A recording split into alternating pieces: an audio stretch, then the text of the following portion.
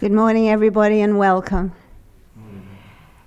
We're so happy to welcome back as our speaker a dear and very respected friend of our society, Dr. Jeffery D. Long. He is the Carl W. Zeigler Professor of Religion, Philosophy, and Asian Studies at Elizabethtown College, where he has taught since receiving his doctoral degree at the University of Chicago Divinity School in 2000. He's written many books and articles, including Hinduism in America, A Convergence of Worlds, which won the Rajinder and Jyoti Gandhi Award for Theology, Philosophy, and Critical Engagement in 2022. His latest book is Discovering Indian Philosophy, an Introduction to Hindu, Jain, and Buddhist Thought. This year, he's published through Oxford University Press a volume of Hindu primary sources with his colleague, Dr. Ravi Gupta. He has spoken at a wide variety of venues, both national and international, including 3 presentations at the United Nations. He has also been interviewed for a PBS documentary on the life and teachings of Swami Vivekananda and for the History Channel series Holy Marvels. Dr. Long took initiation into the Vedanta tradition in the year 2005 and is a popular and frequent speaker at Vedanta societies across the United States. The subject of his talk today is From Lower Truth to Higher Truth, Vedanta in Practice. Welcome, Jeffrey. Thank you very much, Diane, for that lovely introduction, and to all of you for being here today. The weather is not great in New York today, but you still came, so thank you very, very much. And to quote Swami Vivekananda, thank you for your kind and cordial welcome. So I'd like to begin today with a short prayer.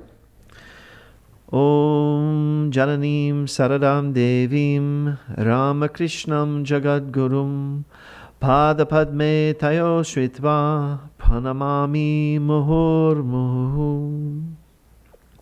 Having taken refuge in the lotus feet of the Holy Mother Sharada Devi and the world teacher Ramakrishna, I bow to them again and again. Namaskar, namaste, good morning, and a belated Shubha Vijoya to you all. We just had our Durga Puja celebrations in Harrisburg, Pennsylvania a couple of weeks ago, and still the joy of that is still reverberating in our community. As always, it's a great honor to be invited to speak at the Vedanta Society of New York, founded by Swami Vivekananda himself. I'm grateful to Swami Sarvapriyanandaji and to Diane for inviting me to share some thoughts with you today. I gave a very similar presentation to this at the Vedanta Society in DC back in August, and made a few modifications, including to the title. And this was at the suggestion of my wife and also of my very good friend who I told him I promised I would mention him today. A very good friend, Darren, who I've known since the 3rd grade. And he follows my work to this present day for some reason. And so he also suggested this title, From Lower Truth to Higher Truth, which comes from a talk by Swami Vivekananda toward the realization of a universal religion. So this talk was inspired by my recent rereading of one of my favorite books. And in fact, I highly recommend going back years later to some of those books that inspired you many years before. You see new things in them the next time around. The book in question is Aldous Huxley's The Perennial Philosophy. This is one of the books that most deeply shaped my thinking at a very early point in my personal journey. I first read it when I was 14 years old. Around the same time, I was also in the midst of reading the Bhagavad Gita, Paramahansa Yogananda's Autobiography of a Yogi, Swami Rama's Living with the Himalayan Masters, and Swami Prabhavananda's The Sermon on the Mount According to Vedanta. This was my reading, and I would take these books with me to school, and everyone thought I was very strange, but I didn't care. So Huxley was an initiate of Vedanta and a disciple of Swami Prabhavananda of the Vedanta Society of Southern California, along with the renowned Gerald Hurd, Christopher Isherwood, and my friend and yours, Pravajika Vrajaprana. A central theme of the perennial philosophy is the idea that spiritual life is finally all about giving up the ego in order to experience the deeper ground of being that underlies our personal existence, and indeed all of existence. It is about attaining a knowledge beyond knowledge, not the ordinary kind of knowledge that consists of being aware of facts and their interconnections, but the direct awareness of who and what we truly are. At the same time, though, it is not about attaining anything at all, because we already are that which we are. We are not attaining something so much as we are renouncing and giving up and losing our ignorance and our self-created, self-imposed limitations. As the singer Donovan, who's also a spiritual aspirant on the path of transcendental meditation, has written beautifully in his Zen-inspired song, There Is a Mountain. Some of you might know this song, and if you don't, go listen to it. The caterpillar sheds his skin to find a butterfly within. We are caterpillars who are really butterflies, right? We're potential butterflies, right? The Vedanta Society speaks of the potential divinity within all of us. We're not seeking our butterflyness, which is already our true nature. We are seeking rather to shed our temporary caterpillar self, the ego. As soon as we become serious about spiritual life, we start to realize that it's full of paradoxes, such as these. We're on a journey that is not really a journey, to a place that is not really a place, in order to find something that was never really lost. So why is spirituality so paradoxical? The answer is itself something of a paradox, because spiritual life as such is really not paradoxical at all. You could put it very simply as self-knowledge. It appears paradoxical because of the ways in which we try to speak about it. These give rise to paradox. This is because the experience at which spiritual life is aimed, the experience of the ground of being, to use Huxley's words, or Brahman, to use the term from the Upanishads, is utterly beyond the capability of language to describe. To some extent, this is true of all experience. How would we describe the color blue to someone who had never seen a color? How do we put the experience of love into words? Songwriters and poets have been trying that for centuries, and will probably still be doing so for centuries more. How do we even describe something as mundane as the experience of enjoying a good meal with friends? Each experience is so distinctive, and each person's way of relating to their experience is so unique, that the goal of conveying these experiences in words in any final or perfect way in language seems to elude us. The paradox of language, however, is that even as it arguably fails in its intended task, the attempt to express ourselves in this way itself gives rise to new and even richer experiences. Listening to an inspiring or informative talk, reading a good book, hearing the words of a beautiful song, these can transport us to realms that we might not have realized in any other way. So words, in some sense, fail us, but they also open doors that would maybe perhaps never have otherwise been opened. That's itself a paradox. Part of inhabiting the human form, it seems, is being filled with the desire to express ourselves and to do so in language. This can be language in the conventional sense, through words put together as sentences, or the languages of artistic and musical expression. Whether one writes a sentence or paints a picture, one is using symbol and metaphor. Just as a picture is not the thing it depicts, a word is also not the thing it denotes. They all point beyond themselves to something else. If all words are symbols and all statements are metaphors, even when expressing something about our mundane experience, how much more true must this be when we speak of spiritual life? Our words have been formed to express our experiences of the realm of time, space, and causation in which we normally exist, and which is where we use language to function. The ground of being, though, is beyond time, space, and causation. The disjuncture between our language and what we seek to express with it thus becomes even wider, indeed a vast gulf, when we try to speak of that with a capital T. This is why Adi Shankaracharya speaks to the divine reality as, quote, "thou before whom all words recoil," and why the Brihadaranyaka Upanishad says that this reality is neti, neti. It's not this, it's not that. It's not any thing that a word can denote.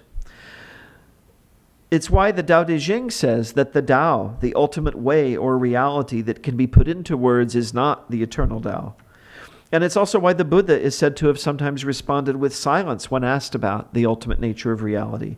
Silence, it seems, is the best way to express the truth of the ground of being. And in fact, Sri Ramakrishna, there's a beautiful portrait of him, and the title of it is The Face of Silence.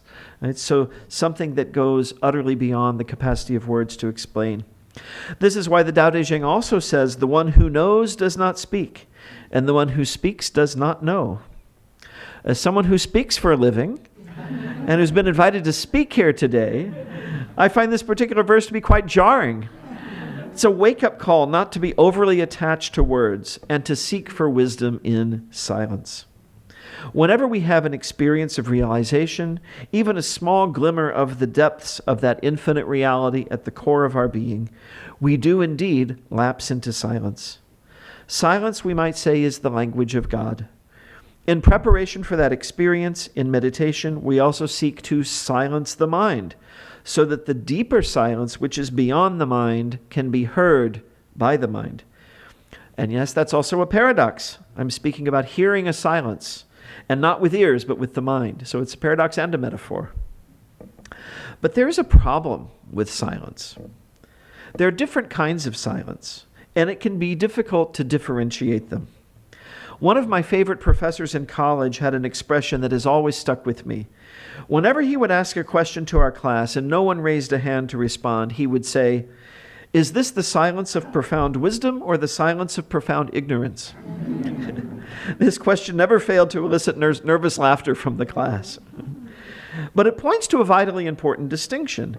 There is the silence of the mind that knows nothing, and there is the silence of the mind that has realized the no thing, the reality beyond time, space, and causation, that is finally best expressed in silence. There is the silence of profound ignorance and the silence of profound wisdom. Most of us, however, are somewhere between these two states. If we're on the spiritual path, in fact, if you're here today or if you're listening to this talk, then you've already gone beyond the level of profound ignorance. Something has stirred within us the sense that something seems deeply awry with this life that we're living here and now. We found ourselves asking the question, in the words of Peggy Lee, is this all there is? Is there nothing more? At the same time, we have not yet reached the state of highest realization because we're still asking the question and still trying to figure everything out. We might have had a glimpse of that realization, and that is probably what is keeping us going on the journey. The longing to recover that glimpse and make it more than a glimpse, to sustain it and make it our normal mode of being. To make it, we could say, our second nature, except it's really our first original nature. The butterfly in the caterpillar, the potential divinity in each and every being. Huxley uses a lovely image to describe the way many of us exist between the states of ignorance and awareness. He says that we are amphibious, going back and forth between the spiritual and mundane realms. I really like that image. We're spiritually amphibious. One moment you're deep in meditation, the next you're, trying to find a parking spot. Right? We go back and forth between these realms. In this amphibious state, we need words. We need images, symbols, and metaphors, because we're accustomed to gaining and sharing knowledge in this way. It's true that there are teachers who've had the ability of instructing their disciples through silence. In our era, it is said that both Sri Shiva Balayogi and Meher Baba taught through silence. And according to the Digambara Jain tradition, the enlightened being Mahavira also taught without words, emitting a divya dhvani, or divine sound, which his 11 closest disciples had the ability to interpret. Some have referred to this divine sound as the sound of silence, to again continue our musical theme, right? Simon and Garfunkel, the sound of silence. However, the followers of Sri Shiva Balayogi and Mahavira did translate the silences of their masters into words for the benefit of the rest of the world. These teachers taught through silence, but big, thick books have been written that seek to explain that silence. And Meher Baba, while keeping silent for much of his life, wrote numerous books, right? God Speaks and so on. There are these massive books that he wrote. So even while silent, he did use words. Most of us need words, we amphibians of the spiritual life, if we are to climb onto the solid land of realization and continue our evolution to the silent realm beyond. In this process, though, it's essential that we understand that words and symbols, just as in our mundane life, are not the things to which they point. The Zen tradition has a wonderful image that underscores this truth. Whenever we see the full moon rising, we're captivated by its beauty, and we want to share it with those around us. I've seen this over and over again. You see the big orange moon rising up above the horizon, and instinctively, everyone wants everyone else to see it. Look at that. Look at that. So what do? We point to the moon until our friends have seen it. Once they've seen it for themselves, we can lower our hand. They no longer need to have it pointed out to them because they're experiencing it directly. Words, symbols, and belief systems are the finger pointing at the moon, which is the realization of the ground of being in this metaphor. If we mistake the finger for the moon, we run the risk of becoming fanatical and indeed regressing spiritually. This is what so often happens. We mistake the finger for the moon. Swami Vivekananda tells us that we are, quote, not traveling from error to truth, but from truth to truth, from lower truth to higher truth. Even when we are steeped in ignorance, we have at least that much knowledge as is needed to navigate the conventional world. We have whatever knowledge we've been taught by our families, any religious community or association we might be part of, the educational system, the wider society, and I think today we can probably add the internet, right? There's a place where people go for knowledge. We also bear unconscious knowledge in the form of instincts that we inherit genetically, as well as from our past lives, in the form of the sanskaras and vasanas, the tendencies that we've cultivated in our previous states of embodiment. I think whenever I hear or read some discussion about nature versus nurture, I always think there's a third element. Right? There is our genetic inheritance, there is our environment and our upbringing, but then you might have two identical twins growing up in the same home who may yet end up having very different experiences because there's what we each bring into this life from the prior existences. At a certain point, though, that sense of unease will afflict some of us, in which we come to feel there must be more to life than the physical world and the pursuit of material goods. This may be the result of a trauma, some great disruption in our lives that shakes the foundations that we've taken for granted. Or it may be more of an inward crisis that develops gradually, perhaps in midlife when we've achieved the goals that society has set for us, and yet find that we're still unsatisfied. The point of our existence, that is, our rebirth in this material world, is to realize and to manifest that inherent divinity that is present in all of us. And that is our true nature. As described by the philosopher Plato in the 10th book of his Republic, before we were born, we selected the life that we would lead next as the life best suited for helping us learn the lessons we need to learn in order to reach our goal. Or we could say the life best suited for doing the work that we need to do to reach that goal. Work being an excellent synonym for karma, which, as Vedanta and the other traditions of India teach, is what drives us to be reborn lifetime after lifetime. We've got work to do, right? You might find when you awaken from sleep, you think, okay, it would be nice to rest some more. And then you remember, no, I have work to do. Right? And so in the same way, we come back into the material world again and again. We have work to do. We have karma to work through. Plato's account is based on that of a man named who had what we would today call a near-death experience. And it's just a side note, but there is a scholar, an oncology doctor who studies near-death experiences. And I love his work, but it's also funny because he's also named Jeffrey Long. And people sometimes confuse the two of us. And, we've gotten each other's emails before and so on. But, different people, but, shared interest. So these near-death experiences, and some of you might have had these or known someone who had one, or at least you've read or heard about it, where sometimes people have a quite vivid and very detailed recollection, and these are similar across cultures and religious beliefs. So had a near-death experience, according to Socrates, as depicted by Plato. And Plato's understanding was that the events of our lives are not all predetermined, not in their every detail, but from the perspective of that between lives state, it's possible to foresee the likeliest trends that are going to occur in a particular lifetime and choose the life with the greatest possibility of advancing us in our path to realization.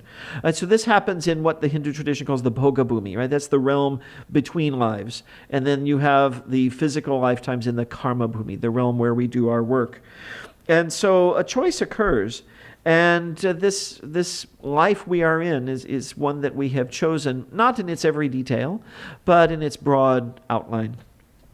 Once we're in this lifetime and events begin to unfold, we might start to get a sense of the path we need to take. Sometimes we have that, just some intuitive sense that we need to make a change here. This is a person who's important for us to speak with. Some intuition that is really a resonance. It's a memory of that choice that we made. We'll seek the knowledge we need in order to advance toward our goal and be transformed into the being that we are meant to be, that we chose this life in order to become. And this transformation will in turn advance our knowledge. One could almost compare the spiritual path to the tuning of a radio or a television set. We're trying to align our minds with that higher reality toward which we are evolving, the manifestation of our true self, that self with a capital S, the Atma.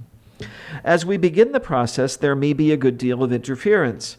We might sometimes even despair of getting a clear signal. But then events unfold, and if we persist in our path, a signal begins to emerge, and the path before us becomes clearer. Maybe we meet the teacher who is going to be our main guide through the process in this life.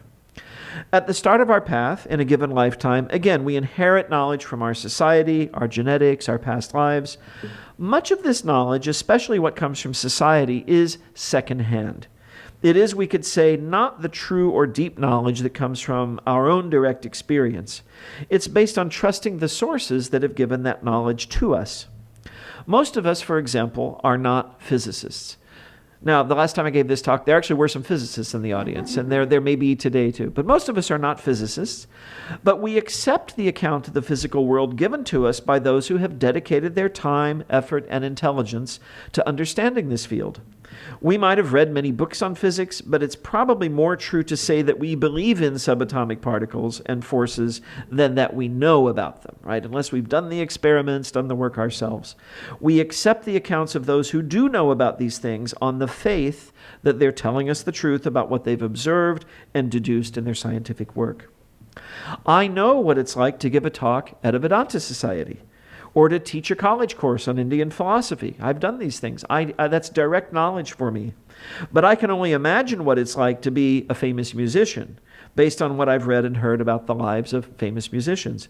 I will not know what being a famous musician is, what that is like, until I become one myself, probably in a future lifetime.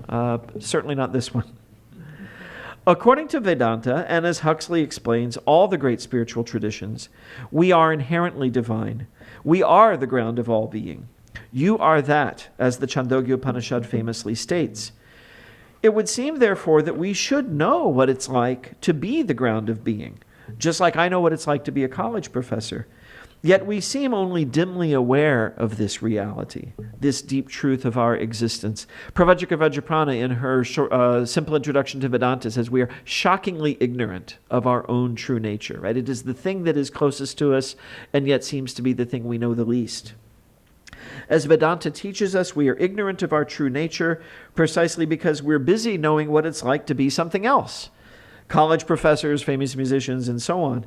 We have, in a sense, unlearned our true nature and have assumed a limited nature that is not our true self, or is only a shadowy manifestation of some infinitesimal portion of it. Our task is to unlearn this limited identification with the ego self and relearn our true nature as the ground of all being, the infinite Brahman that is our true self, or Atman. This relearning requires, again, knowledge, and not simply the theoretical indirect knowledge that is really belief, that characterizes most of what we feel that we know. It requires a direct realization.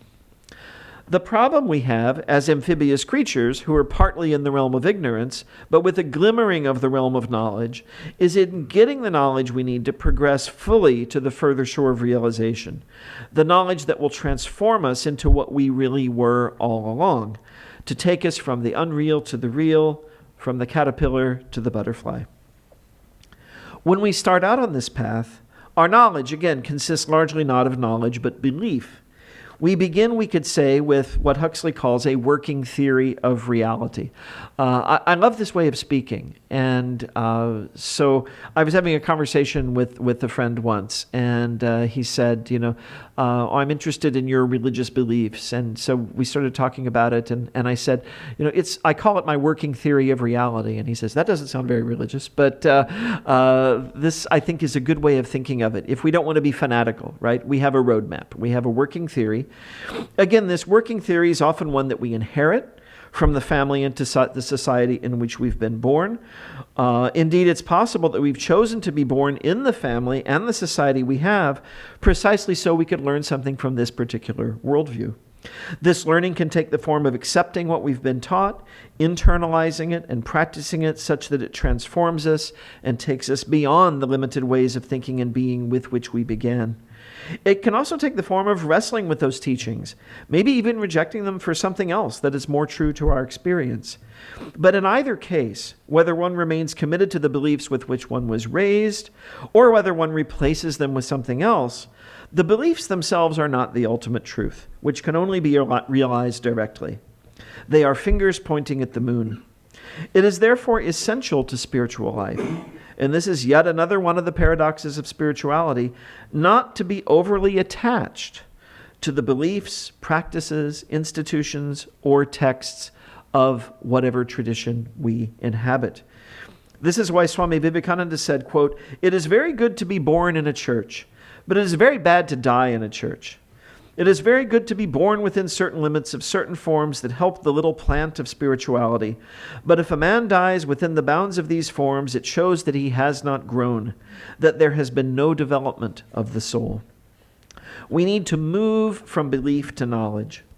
Fundamentalist clinging to the beliefs to which we were born is not only destructive to our own spiritual path, it's also quite clearly destructive, if one is observant of history and contemporary events, to humanity as a whole. To again cite Swamiji, quote, "Sectarianism, bigotry, and its horrible descendant, fanaticism, have long possessed this beautiful earth. They've filled the earth with violence, drenched it often and often with human blood, destroyed civilization, and sent whole nations to despair." One antidote to such attachment is the awareness that there are many paths to the ultimate realization. Each of us indeed has our own path, unique to us. This is why Mahatma Gandhi once said, quote, "In reality, there are as many religions as there are individuals." And as Lord Krishna proclaims in the Gita, as cited by Swamiji, "Whosoever comes to me through whatsoever form, I reach him. All men are struggling through paths which in the end lead to me." There are, in the end, many fingers pointing to the moon. To again cite Gandhi, quote, "Religions are different roads converging upon the same point. What does it matter that we take different roads so long as we reach the goal?"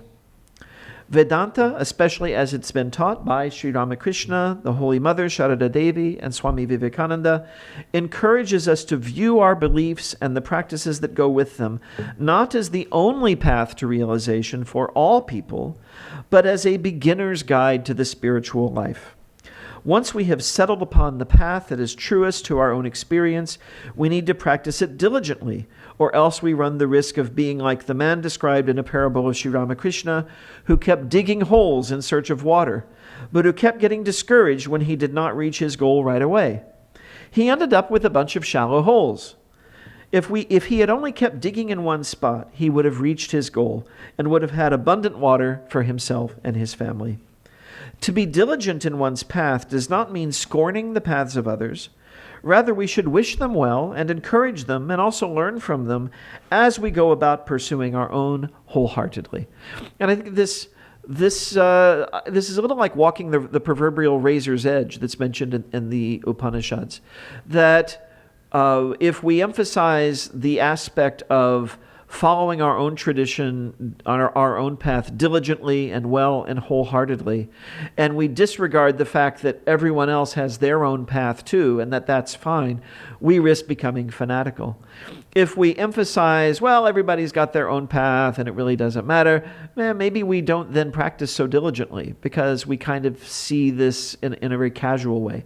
So it's that simultaneous holding fast to one's truth, right? Satyagraha, if we can quote Gandhi again, right? Holding fast to that truth, but respecting everyone else's at the same time. This is something I think as a species we're still struggling with.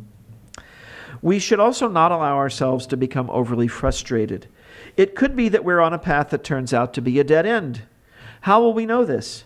We will know this if we find that it is not, in fact, true to our deepest understandings and aspirations, right? If we feel like we're deceiving ourselves in some sense. But if it's consistent with these, and we're just not getting the results we want right away, then we need to be patient. There is much that we do not yet know, but it will come in time, and our belief will transform into knowledge. I shouldn't tell this story about my late uncle, but I will because it's apt.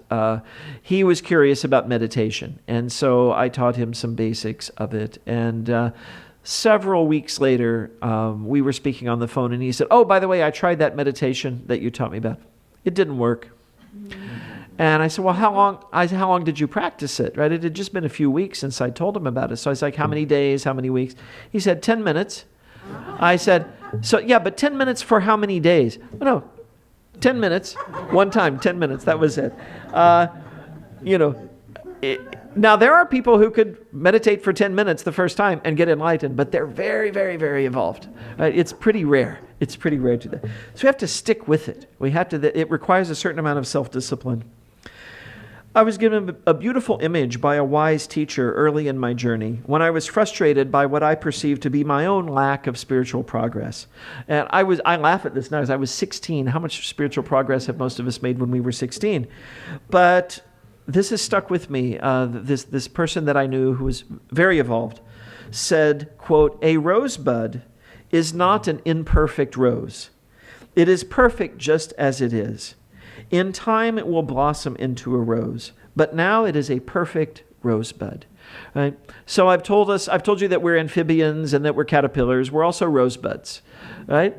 And so we need to be diligent and persistent with our practice, but we also need to be patient with ourselves. We're trying to reverse the effects of thousands, maybe millions and billions of lifetimes. This is a long-term effort, right? This is not something to take lightly. But not to think that if we're not getting instant results, that there's something wrong with us. And we are right where we need to be. To quote John Lennon, "There's nowhere you can be that isn't where you're meant to be." We have something to learn from each phase of spiritual life, even those that might seem frustrating at the time. This is why in the Vedanta tradition, our teachers encourage us to persist in our daily meditation, even when we might feel that nothing is happening, or that we did not have a good meditation on a given day. Something is happening on the subconscious level, and as the Gita says, on this path no effort goes to waste, and no loss is incurred. Belief becomes knowledge when we begin to be transformed by our practice, when this practice leads to the experiences of the truth to which it points. One might believe, for example, in rebirth. But if in persisting in this belief and incorporating it into one's practice, one's understanding of daily life, a past life memory arises, then this belief becomes knowledge. One does not now believe that one has prior existences. One knows it, like knowing what it's like to be a college professor or a famous musician, because one is now someone who knows what has only previously been believed. One can see that one has been transformed. A belief that might previously have been held tentatively or only theoretically, part of one's working theory of reality, becomes something on which one can rely, that can continue to build upon in one's lived practice. There's a famous story about, in fact, Carl Jung in this regard. He was asked, when he was pretty advanced in his years, an interviewer asked him, "Do you believe in God?" And he said, "No." And then there was a hesitation, and then the interviewer thought, okay, he's an atheist. And then Jung said, I know God exists. And that rather shocked the interviewer. It's not the kind of thing we normally hear. Belief transforms into knowledge through practice. We move from lower knowledge to higher knowledge. Again, Swami Vivekananda tells us we're not traveling from error to truth, but from truth to truth, from lower truth to higher truth. Even those beliefs which coalesce into knowledge through experience remain mere fingers pointing at the moon. Even if we now know something to be the case, fanaticism and excessive attachment to this knowledge is to be avoided. In fact, if we're still clinging to what we claim to know fanatically, it's a sure sign that we do not yet truly know it. To be fanatical is a state that arises from fear. It's a form of attachment, vairagya. We become attached to something or someone because we fear to lose that thing or person. But if we truly know something, it can never be taken away from us. It is part of us, part of our experience. No one can take away my experience of speaking in a Vedanta society or teaching college classes, except perhaps by inflicting a serious brain injury upon me. But then Vedanta, we understand that we're not our physical brain, so that experience would still be there. Even then, I'll still be a person who has done these things. I don't need to fear them being taken away. The sanskaras will remain. I don't have to fanatically insist, no, I am a college professor. I know it, right? So in the same way, we don't have to fanatically insist on our beliefs that have become knowledge. Once our belief is coalesced into knowledge, it's still lower knowledge inasmuch as it's capable of being expressed in words. So we're not yet at the level of neti, the level of the divine silence. At this stage, just as one had previously persisted in one's belief until one had been transformed by it, and that belief had become knowledge, we must continue now to persist until we reach that state from which words recoil, the knowledge beyond knowledge, the higher knowledge of our true self. This is another one of the paradoxes of spiritual life. We seek knowledge in order to be transformed, but there is a higher knowledge which requires us to be transformed in order to perceive it in the first place. Our lower knowledge creates the conditions in our mind that enable us to make the leap to the further shore of higher knowledge, to receive the grace that brings this knowledge about. To be sure, this does not happen all at once. It can take lifetimes, and the spiritual path is full of twists and turns that cannot be summarized in just one lecture. We will remain, even after having multiple encounters with the divinity within, amphibious beings moving back and forth from the mundane, conventional realm to the realm of spirituality. And we will also find, another paradox, that even as we transform to a more fully spiritual mode of being, that the mundane realm does not disappear, at least not for long. Rather, it becomes spiritualized. We're still the same people, yet we are transformed inwardly. According to Shankara, the knower of the Atman, quote, wears no outward mark. Such a being is, quote, not attached to external things, rests on this body without identification, and experiences all sorts of sense objects as they come through others' wish, like a child. I think this sounds a lot like Sri Ramakrishna and how he experienced the world based on the accounts we have of him. To become such a being, a Jivan Mukta, or one liberated in this very lifetime, is our goal. It is not correct to think of realization and liberation as an afterlife state, right? That you'll have to wait till after you die somehow to get this. Achieving this state is the purpose of our rebirth here and now. In the words of George Harrison, there'll come a time when most of us return here, brought back by our desire to be a perfect entity. And of course, even thinking of this state as an attainment, as something achieved, as something that happens at a point in time, that's all lower truth. It's a lower knowledge conditioned by the relative realm of time, space, and causation. We could say, when was the Buddha enlightened? Well, when he was 36 years old. But then we can ask the question again, when was the Buddha enlightened? He was always enlightened. He was always enlightened, and then he became aware of his already enlightened state. We are already that. The Zen masters say we're already enlightened. It is our awareness that is in need of transformation. Reality remains the same. In the words of one master of the Zen tea ceremony, before you study Zen, a bowl is a bowl and tea is tea. While you're studying Zen, when you're moving into that higher knowledge, a bowl is no longer a bowl and tea is no longer tea. But then when you become enlightened, a bowl is again a bowl and tea is tea. So in conclusion, the paths to realization, from belief to the lower knowledge that can be articulated, to the higher knowledge that expresses itself in the deepest silence, are, again, the paths to this are as many as there are beings. For some, jnana yoga, the path of knowledge, which consists largely in reminding oneself constantly that I am not this body, I am not this mind, I am the self. This is not for everyone, and it's described in the Bhagavad Gita as very difficult. A better path for many is to cultivate a loving devotion to the self as the supreme being, of whom one is a servant, a child, a friend, or a beloved. The path of bhakti yoga. Both, according to the Gita, lead to the same goal. Both involve a process of de-identifying with the ego, the caterpillar self, either using the intellect in the case of jnana yoga or subordinating it to God in the case of bhakti yoga. In our contemporary era, where the concept of a personal God has become problematic for many, another path is through seva, or selfless service, the path of karma yoga, in which the ego is subordinated to the needs of the suffering beings all around us. And then, of course, there is the royal path, Raja Yoga, of silencing the mind and letting the deeper silence of the self speak within us directly. Whatever path we take, whatever combinations of these yogas we utilize, whatever works best for us, the key is to be diligent, though not fanatical, and to, in the words of Swamiji, quote, stop not until the goal is reached. Then we can move from our amphibious existence to the solid ground of spiritual life, and we'll be able to say truthfully, not as a mere theory or belief, Aham Brahmasmi, I am Brahman. Sri Ramakrishna Arpanamastu. Thank you all very much. Hi. If you have questions, please put up your hand and the mic will be brought. Thank you all. Hi, my name is Ravi. Ravi, At least hello. the name given to this Jada is Ravi. Yes. Thank you very much. I enjoyed your talk, and I like the caterpillarness and the butterflyness, and it resonates with me.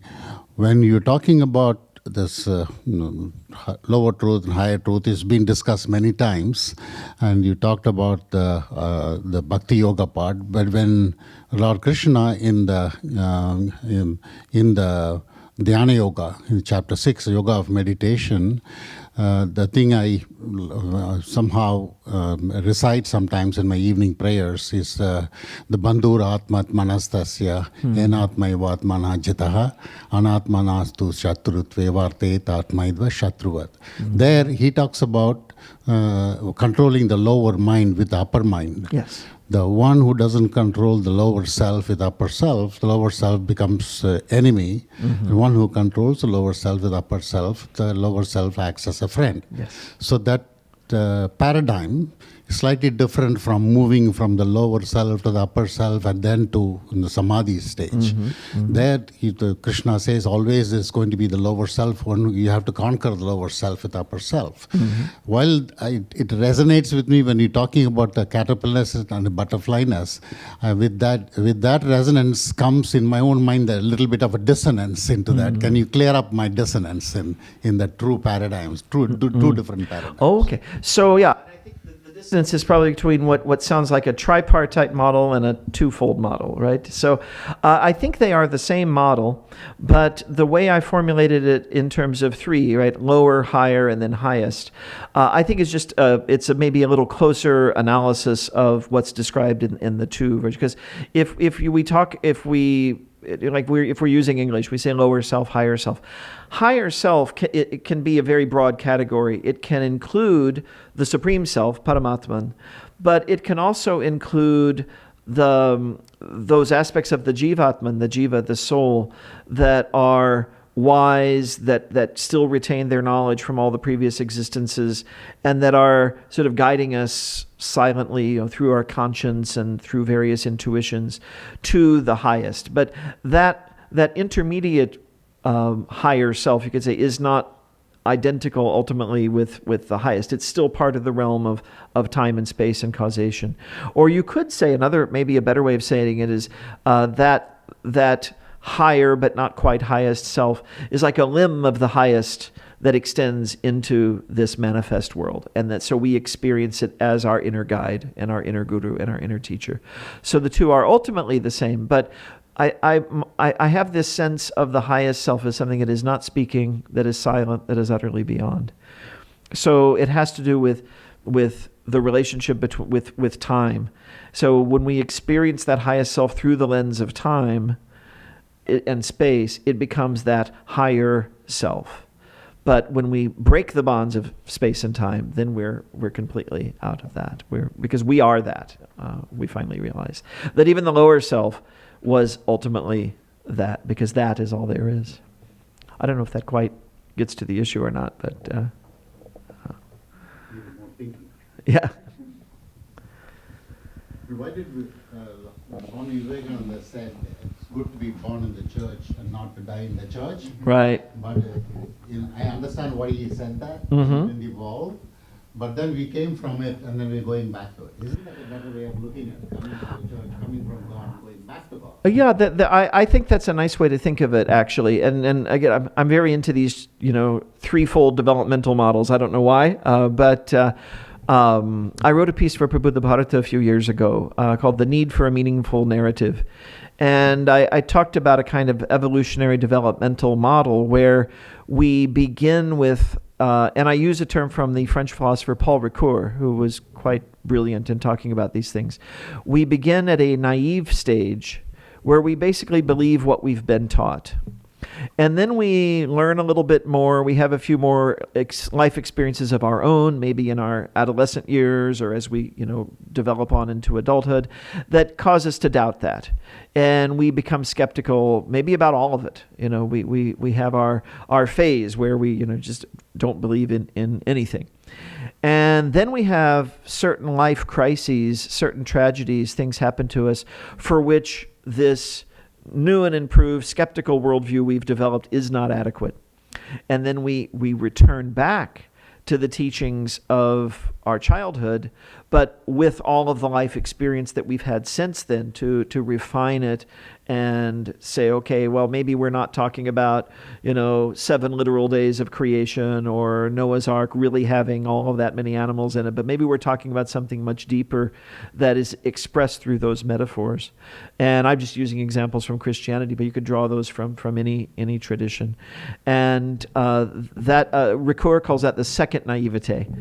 And he sees that as a kind of a mature state of religiosity.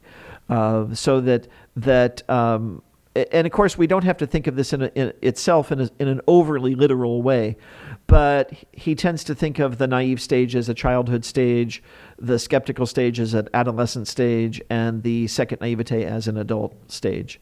But it might map differently onto different people's life journeys, right? I mean, I know people who are quite a bit older than me who are still in their naive stage. And that's not a judgment about them. It's just where they are, right? Like the way they see these things is, well, you just don't question it.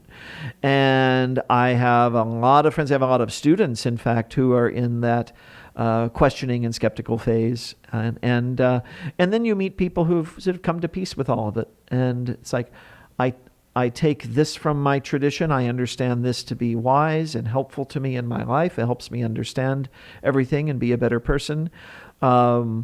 Do I believe all of it literally and like in my childhood? Well, no, right? So you go from naivete to skepticism to the second naivete.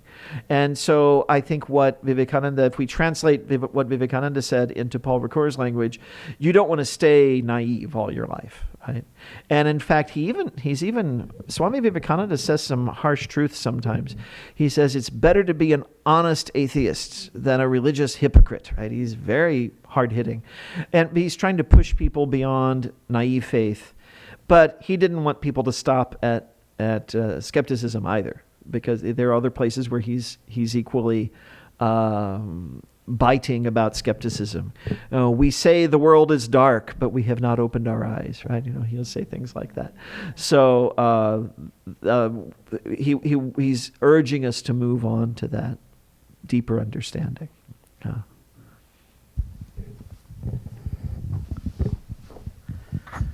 Thank you so much for that wonderful overview, synthesis.